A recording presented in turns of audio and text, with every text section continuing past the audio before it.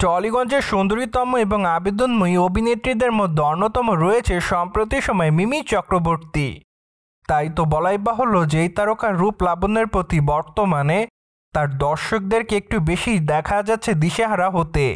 পাশাপাশি অবশ্য সামাজিক যোগাযোগ মাধ্যমগুলোতেও টলিগঞ্জের অভিনেত্রী মিমি চক্রবর্তীকে একটু দেখা যায় বেশিরভাগ সময় বোল্ড অবতারে, যার প্রেক্ষাপটে বলাই বাহুল্য যে বোল্ড অবতারে ধরা দেওয়ার জন্য টলিগঞ্জের এই সুন্দরীতম তারকা তার দর্শকদের কাছে একটু বেশিই থাকছে লাইমলাইটে। ফলে বলাই বাহুল্য যে কখনো তিনি দর্শকদের কাছে প্রশংসিত হন, ঠিক আবার কখনো তিনি দর্শকদের কাছে বিতর্কেরও শিকার হন। মূলত এভাবে বর্তমানে কেটে যাচ্ছে টলিগঞ্জের এই তারকার সময়। যাই হোক, সম্প্রতি অবশ্য টলিগঞ্জের অভিনেত্রী মিমি চক্রবর্তী সামাজিক যোগাযোগ মাধ্যমে বেশ কয়েকটা ছবি করেছে প্রকাশ। তাই তো বলাই বাহুল্য যে বর্তমানে তাকে অবশ্যই স্টাইলিশ পিঙ্ক কালারের ফ্লোয়ার প্রিন্টেড গাউনে দেখা যাচ্ছে। যদিও তার গাউনটা অবশ্য অনেকটা অফ শোল্ডার স্টাইলের, পাশাপাশি অবশ্য গাঢ় মেকআপের সঙ্গে মানানসই অলঙ্কারে খোলামেলা চুলের সঙ্গে তাকে দেখতে অনেকটা আবেদনময়ী দেখাচ্ছে।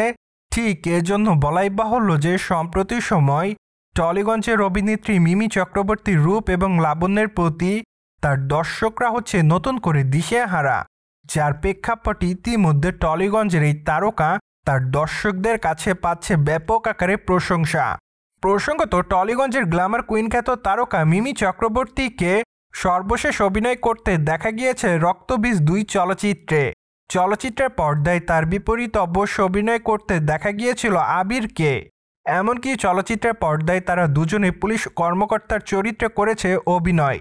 তাছাড়া রাজনৈতিক এবং সন্ত্রাস ঘরানার চলচ্চিত্র ছিল রক্তবীজ 2। ফলে বলাই বাহুল্য যে অ্যাকশন ঘরানার এই চলচ্চিত্রটি মুক্তির পর ব্যাপক আকারে প্রশংসা পাচ্ছে মিমি চক্রবর্তী।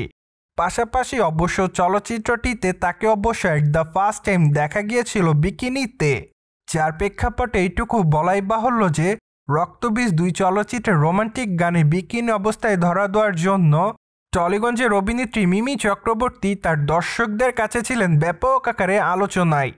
অন্যদিকে অবশ্য টলিগঞ্জের এই তারকার হাতে বর্তমানে রয়েছে বেশ কয়েকটা চলচ্চিত্রের কাজ।